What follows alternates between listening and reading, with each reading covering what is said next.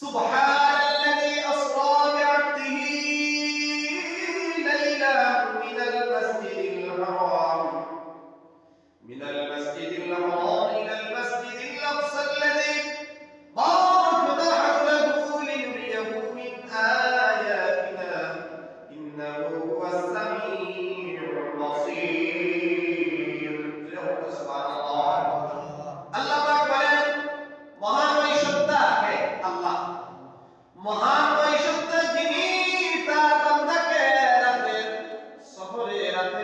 আল্লাহ নবী দিনের সফরে না রাতের সফরে আল্লাহ কত সুন্দর করে এই সুবহান শব্দটি আব্দুল মাদে ব্যবহার করেছেন। আর সকলের জন্য নবী মুহাম্মদ সাল্লাল্লাহু আলাইহি ওয়াসাল্লামের জন্য তিনি বলেন সুবহানাল্লাহ, তিনি বলেন সুবহানাল্লাহ। রাতের কিছু অংশ, অর্থাৎ আমরা সবাই জানি রাসূল পাক সাল্লাল্লাহু আলাইহি ওয়াসাল্লাম এশার নামাজ পড়িয়া উম্মে হানি বলে আমার নবী ছিলা আরামে তিনি বলেন সুবহানাল্লাহ। আসরা বি'আবদিহি লাইলান মিনাল মাসজিদিল হারাম। কিছু অংশ ভ্রমণ নিয়ে কোথায় চলে গেলেন?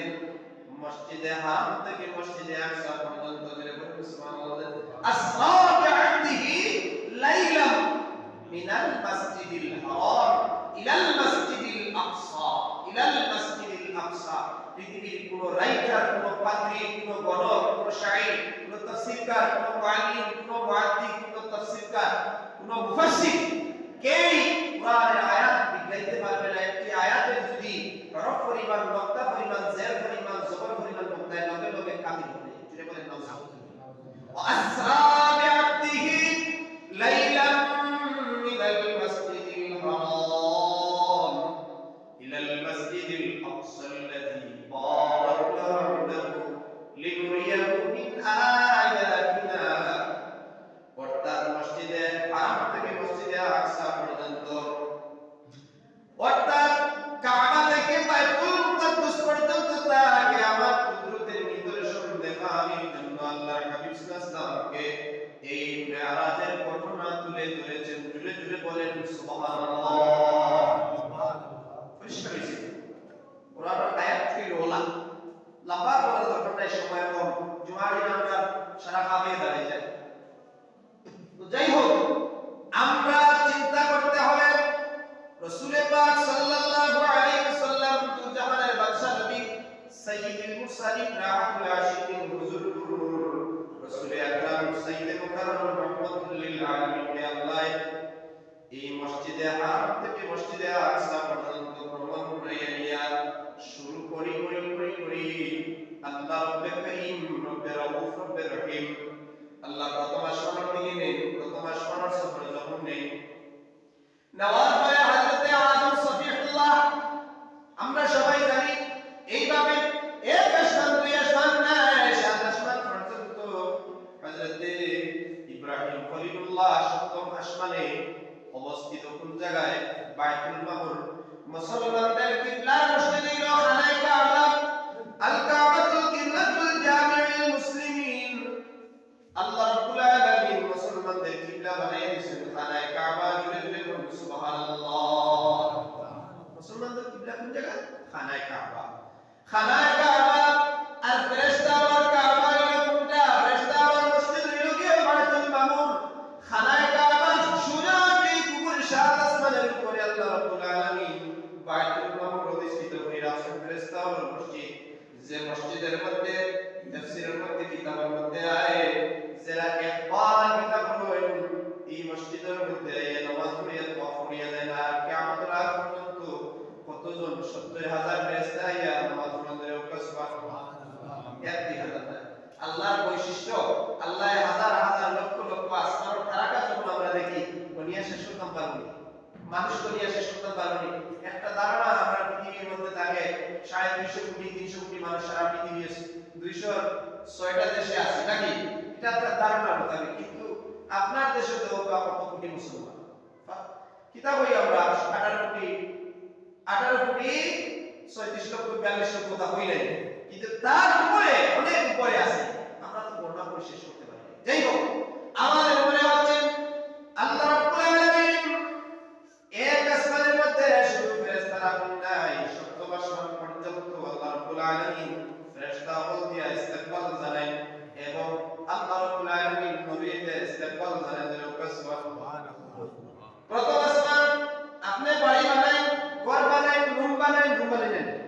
রুমের সাথে সাথে দরজা এখন দেই, দরজা যদি দেই না এই রুমে ঢুকা যাইতো না,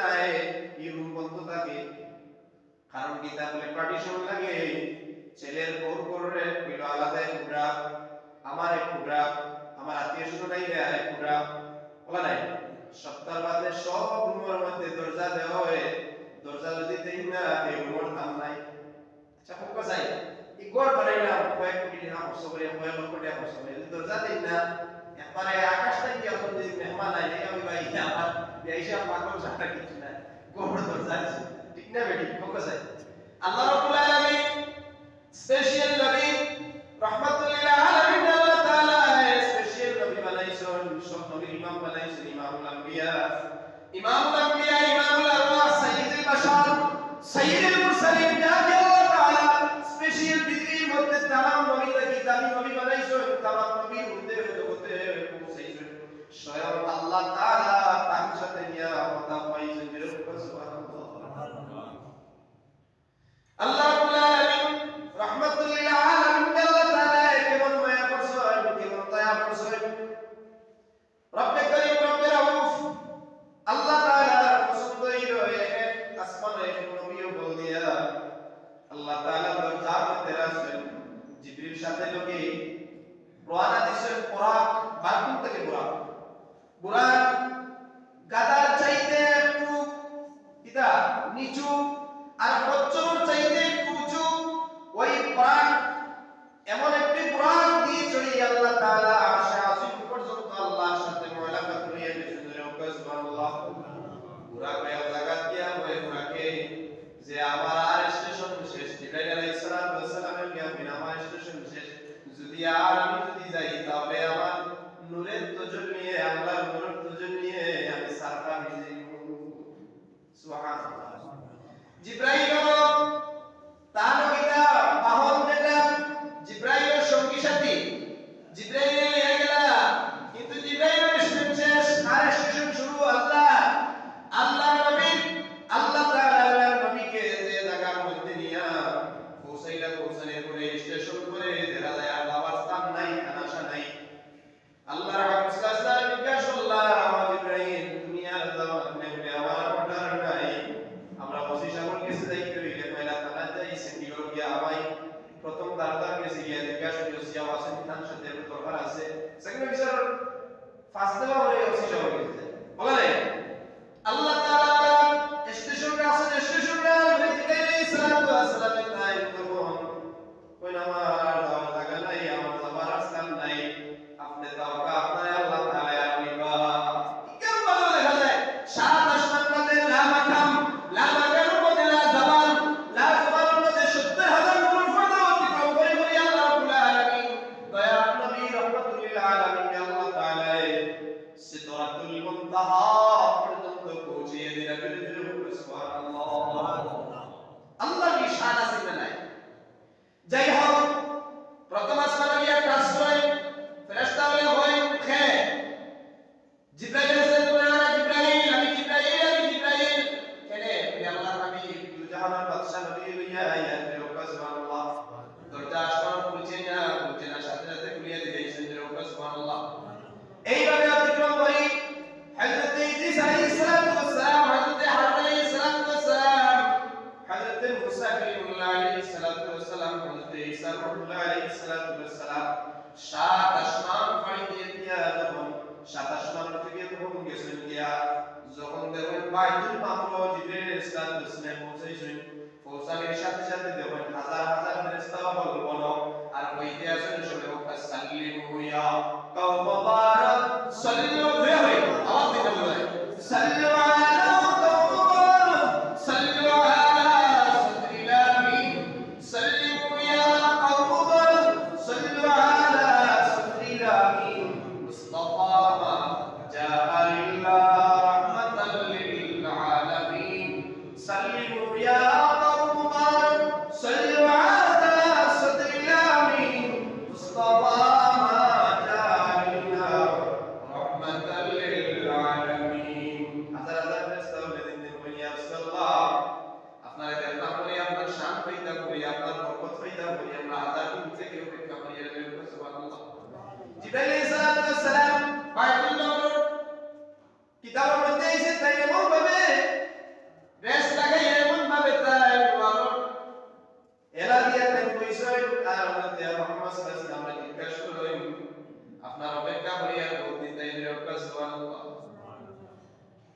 মসজিদে আকসা দেওয়ার পরে তামাম নবী করে ফেলা তামাম নবী করে হওয়ার পরে নামাজ পড়তা 2 রাকাত সবে অপেক্ষা করই ইমাম হলো হয় আদম আলাইহিস সালাতু ওয়াস সালাম দিবা মুসা আলাইহিস সালাতু ওয়াস সালাম দিবা অর্ডার হয় না আল্লাহ রাব্বুল আলামিন হযরত মুহাম্মদ সাল্লাল্লাহু আলাইহি ওয়াসাল্লাম অর্ডার বলা করে সুবহানাল্লাহ। এরপরে এই সমস্ত কার্যক্রম রাস্তা অতিক্রম করে যাইতে আল্লাহ রাব্বুল আলামিনের কাছে যখন পৌঁছিলা হযরত মুহাম্মদ সাল্লাল্লাহু আলাইহি ওয়াসাল্লাম যাওয়ার পরে তামাম ঘটনা দেখি জান্নাত জাহান্নাম সব দেখলা জুড়ে বুকা সুবহানাল্লাহ। আমরা আজকে মানুষ বিশ্বাস করি না আমরা কিভাবে হইল আজকে 9 লক্ষ মাইল সূর্য উপরে হই আমরা এখানে যাইবা এখানে যাইতে হইলে তো খুব সময় দরকার এখানে খালি নাই এরপরে 70,000 মানুষ ফরজ অতিক্রম করিয়া আল্লাহ চাইলে তার নবী ইলা মায়াবিয়াতান হাত্তা নিতা পারোইনা যদি আপনি চিন্তা করেন আমি মানুষ আমি মারা যাওয়ার পরে কবর নেওয়া হয় আমরা সবাই জানি আল্লাহ রাব্বুল আলামিন কিতা করবা কবর দেওয়ার পরে রব্বুকা মা দিনুকা মান হাযার রাজুল তে আল্লাহ যদি কবর নেওয়ার পরে আমার মন্দারে জিতা করেন আল্লাহর এই কুদরত সারা জিন্দা নাই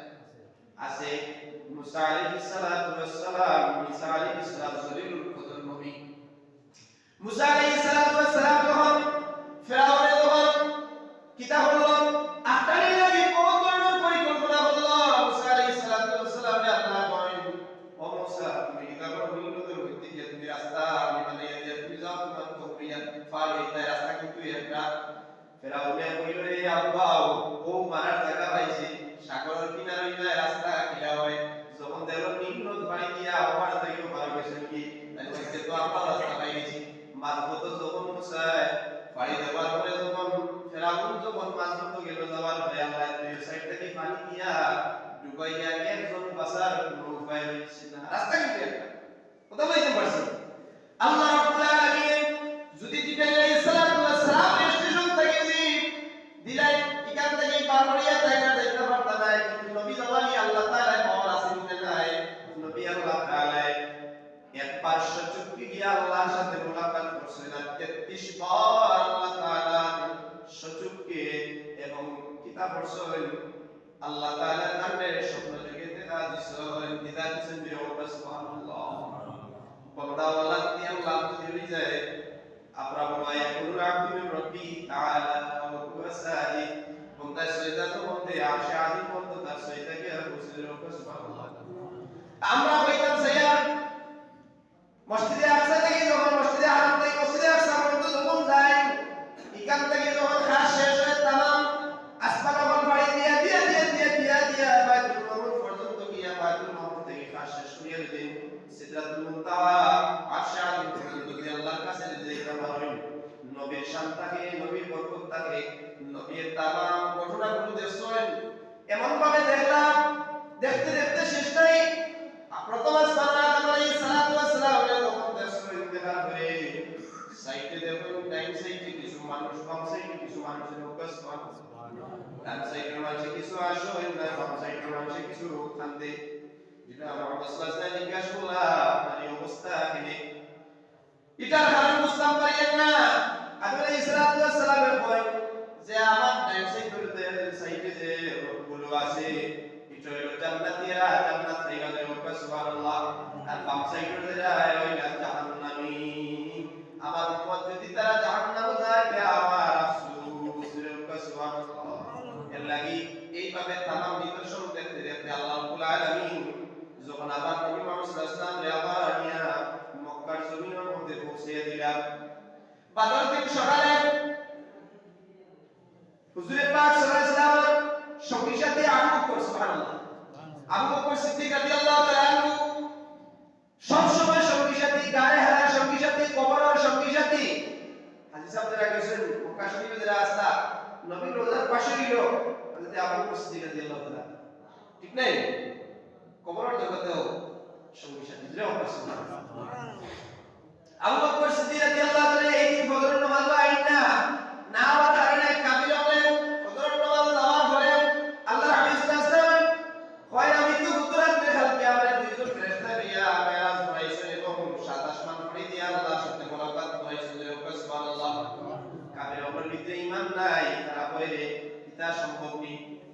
কিতাবুল্লাহ তাইন ইলা দুনিয়া তাহইতান প্রথম শিষ্যরা আবু বকর কাছে যায় কি আবু বকর গিয়া কথা হইনি সঠিক কি তাই আসলে নবী এটা সাক্ষী লাগে না বিয়া শাদী করতে হইলে সাক্ষী দুই সাইড লাগে না বিচারে করতে হইলে সাক্ষী আরো সাক্ষী হয়নি এখন দেখা যায় আবু বকর সিদ্দিক রাদিয়াল্লাহু তাআলা এই ফজরের নামাজ আইছেন না না হওয়ার কারণে তাকে জিজ্ঞাসা করেন তোমার যদি একটা কথা সত্য আমরা স্বীকার দেও যদি কোনো ব্যক্তি যদি কয় যে তাই এক রাইতের মধ্যে যে সময় মধ্যে এক রাইত না এশার বাদে আর ফজরের আগে সাত আসমান পাড়ি দিয়ে তাই আল্লাহর সাথে মুলাকাত করিয়া আইছেন এটা আপনি বিশ্বাস করেননি ওই মানুষকে কে হইলা উপস্থিত রাদিয়াল্লাহু তাআলা কে কইনা মাতান নবী বলছে যদি নবী মুহাম্মদ সাল্লাল্লাহু আলাইহি ওয়াসাল্লাম যদি কইয়া তা হয় তাহলে এটা মিথ্যা আমার নবী মিথ্যা নবী নয় এই সত্য নবী তাই যদি কইয়া তা আমাদের সত্য হয়ে ওকা সুবহানাল্লাহ কত কে বিশ্বাস করে না আর কাফিরকে প্রশ্ন করে কে প্রশ্ন করে কেদিন বলে এখন তাহলে মুনাফিক হলে যখন এটা হলো প্রশ্ন করছে প্রশ্ন করার পরে তখন আবু বকর সিদ্দিক রাদিয়াল্লাহু তাআলা গেছে এই সারা পাইলা না আপনি কইছেন আপনারা কইছেন আবু আবার যাই মুহাম্মদের কাছে যদি তাই যাই তাহলে আমরা তাকে প্রশ্ন করি নাই তাই মসজিদে আকসা থেকে মসজিদে হারাম থেকে মসজিদে আকসা পর্যন্ত গেছে যে মসজিদে আকসা পর্যন্ত তাদের কোনো অধিকার হই নাই মসজিদে আকসা সিঁড়ি কয়টা মসজিদে আকসা দরজা কয়টা মসজিদে আকসা জানালা কয়টা যখন কইতা বল তখন সত্য যে সুবহানাল্লাহ আল্লাহ নবী সাল্লাল্লাহু আলাইহি ওয়াসাল্লাম কইন কিতাবের মধ্যে হাদিসের মধ্যে আইছে কয়েকটার মধ্যে আইছে যে আল্লাহর নবী এমন ভাবে পেরেশান হইলা 63 বছরের মধ্যে ইলা পেরেশান হইছেন না কোনদিন সুবহানাল্লাহ আল্লাহ রাব্বুল আলামিনের কাছে বলি আল্লাহ আমি তো কাবে বলে বুঝতেছি আমি তো